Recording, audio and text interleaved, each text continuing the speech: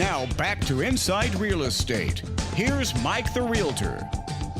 Hey folks, welcome back. Welcome to the house. Inside Real Estate, Mike Kruziniga here. Hey, time to do a legal segment. We got our legal analysis expert, Perry Cockerell, here in the studio.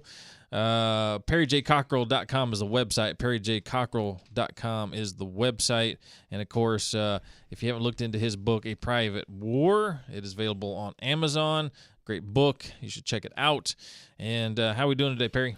Great, Mike. Thank you. It's good to be back. Good to see you again. I know we're going to get into some legal topics, and I think we were going to talk a little bit about maybe some boundaries and surveys and all that good stuff. We are. I do want to mention I have a book signing today in Dallas at the Gable 17. Okay. From 2 to 4. If you want to attend 1700 Cedar Springs, go to the concierge, and they'll let you up. Very good. And there's parking, but I thought I would bring this topic. That's 2 to 4 today. 2 to 4. Okay. Yes. All right.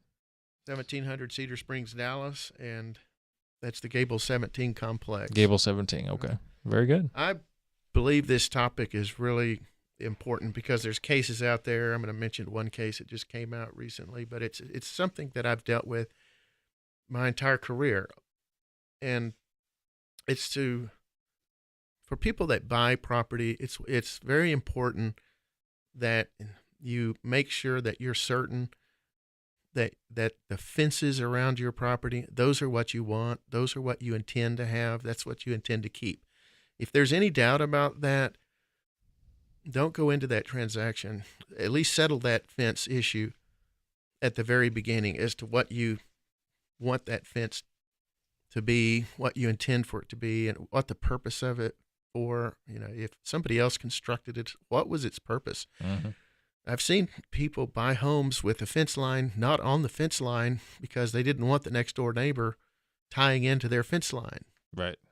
That will create problems because the next door neighbor is going to claim that little piece is theirs eventually over time, and they will. Mm-hmm.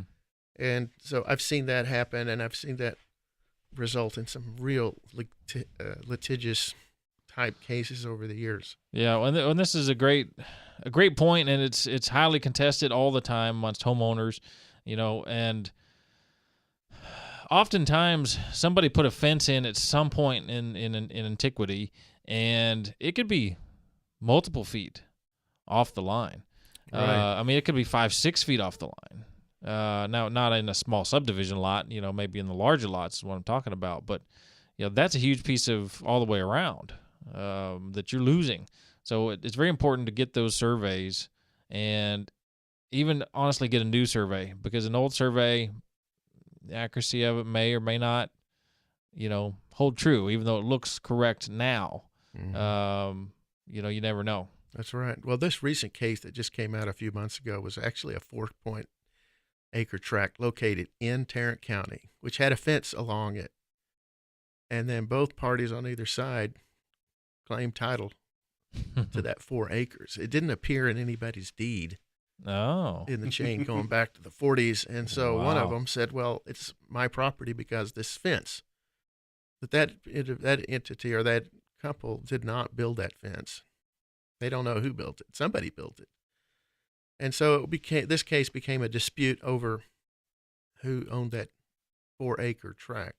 Mm-hmm. Now, the law allows, they call this the declaratory judgment statute, allows someone to bring a suit under that statute and to recover their legal fees if it's a boundary dispute case. A boundary dispute meaning where is the boundary? But if it's a title issue like this one was, there was a question of who owned the 4 acres with a fence, then you can't use that statute. You have to use another statute, and there's no recovery of legal fees under the other statute if the issue's title. But if it's boundaries, then you do get your legal fees. Was the 4 acres adjoining both parties' other property that was titled correctly? It did, and it had a fence, and of course the one side said we get that up to the fence because we've enjoyed and used that property over for these periods of time. So that brings me to my next subject.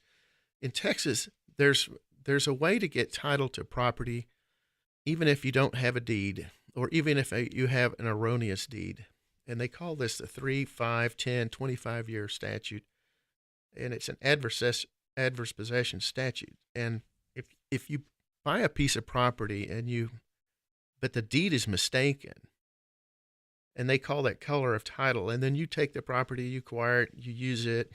There's words like adverse, open, notorious, hostile, continuance, very technical legal terms that make no sense to people when they have to fill out affidavits, but that's what the law says.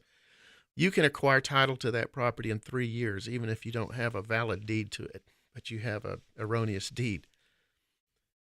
And the next method is a 5-year statute, which if you cultivate, use, and enjoy, and then you have to pay taxes to the local jurisdiction, and you take under a deed, except a forged deed.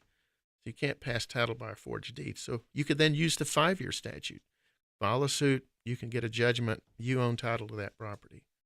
Now, you can have a 10-year statute if you have a peaceable possession of 160 acres, and you cultivate, use, enjoy peaceable possession.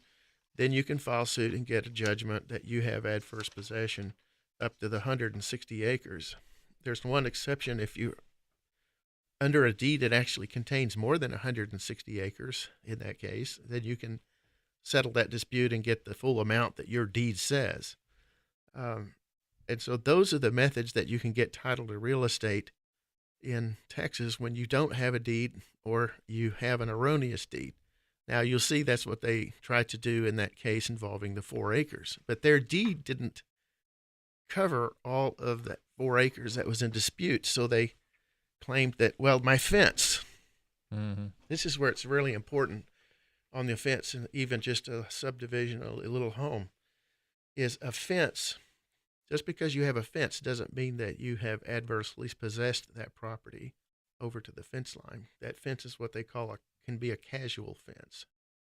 And so you have to prove who put that fence up, what the purpose of the fence was, and then that shows that you've adversely possessed that piece of property. And that's how you get around the fence line. So if you walk into a property, it has a fence there, you're not necessarily acquiring adverse possession for property within that fence line, unless it's your intent to do so. Because you didn't establish the boundary lines personally then with the fence yourself? That's right. Okay. And then, of course, according to this case, you can't benefit from this declaratory judgment statute and recover your legal fees because this is not a boundary dispute case. This is a title case involving who has titled the 4 acres. Mm-hmm. Okay, now that brings me to the new case that came out. I'm not going to talk specifically about the facts, but I'm going to talk about the problem. This is where a tenant moved a boundary line on a lease over and enclosed some additional property within an existing lease agreement. Now, it's not a title dispute because the landlord owns the property on the lease and owns the adjoining property. The tenant just moves the fence line over and brings in a subtenant. Now, the landlord does not realize this is going on for several years and finally figures it out, files suit for a boundary dispute to determine the boundaries of this lease agreement because the tenant is trespassing on property that's outside of the lease agreement. Okay. Now, guess what the court rules? Anybody, if you want to. The court holds that the suit cannot be brought because the trespass is subject to a 2-year statute of limitations. In other words, the tenant moved the fence line over. The landlord should therefore have figured that out and should have filed suit to stop that. Now, the landlord has a lease. The lease goes on for 20 years. The landlord says, no, wait a minute, I have a lease. I can make you comply with the lease premises. Mm-hmm. I should be able to make you comply because under the lease you agreed to use this amount. The court says no to that. The landlord says, well, I have a declaratory judgment statute, and that allows me to determine boundary disputes. This is a boundary dispute because you moved and the court says no to that. The court says that, no, your suit really is a suit for trespass to the property outside of the lease, which the tenant is contending is in the lease, but it's barred by the 2-year statute of limitations. So now remember what I was mentioning earlier. There's several ways to get title to real estate. It's the 3, the 5, the 10, and the 25. Now you have a 2-year statute of limitation, effectively.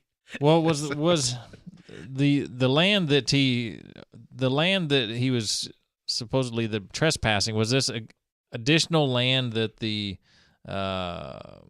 landlord held neighboring the property, or was this landlord holds the particular tract outside of it? Outside of it, okay, Right. I see. Okay, I see. And I don't want to mention anything specifically about this because the concept is generally mentioning it generally because it happened in this Acre case, and it's happening in another case, and this kind of thing has happened in other cases as well over the years. And the Texas Land Title Association says that the 2-year statute of limitation is the trespasser's best friend. So this is what's happening when a trespass is happening and a person is trying to file a declaratory judgment action to stop the trespass, but they want the declaratory judgment action to determine what is the lease premises. The Supreme Court, in a case called Eaton a few years ago, was a telecommunications case where the telecommunications industry put a line underneath the owner's land. The owner complained and said, you can't do that. So they did it. They actually removed the line. Now, the owner filed a declaratory judgment action to stop it. The Supreme Court said you cannot do that. And so it's that concept of filing a declaratory judgment claim with a trespass that's causing this tension in the use of declaratory judgment when it's being combined with a trespass action. Very legalistic. And we're going to have to leave it there because we've run out of time. Hey, folks, another great legal segment with Perry Cockerell. Website, perryjcockerell.com, perryjcockerell.com. And we'll have to pick that back up on the next episode. Folks, Inside Real Estate, Mike Kruziniga. See you back here next Sunday, 8 to 9 a.m. We're out of here.